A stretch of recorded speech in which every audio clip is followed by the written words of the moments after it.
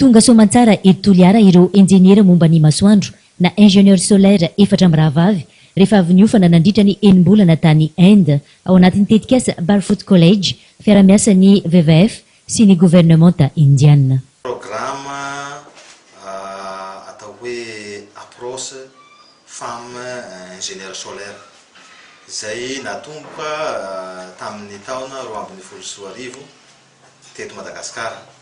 Io programme io zany dia entina hanomena na hampivoarana ny faharitra ambanivohitra zay tsy mahazo herinaratra. De ty programme Barfoot College ty zany natao hanampina ireo faharitra zay any ambanivohitra enclavé tsy mahazo zay herinaratra zay. Avy eo amin'ny tanàna ny Voridza, commune ambanivohitra Itampolo, distrika ny Ampaniandrefana izy efatra amin'ny rahavavy ireto tsy mahay mamaky teny sy manoratra.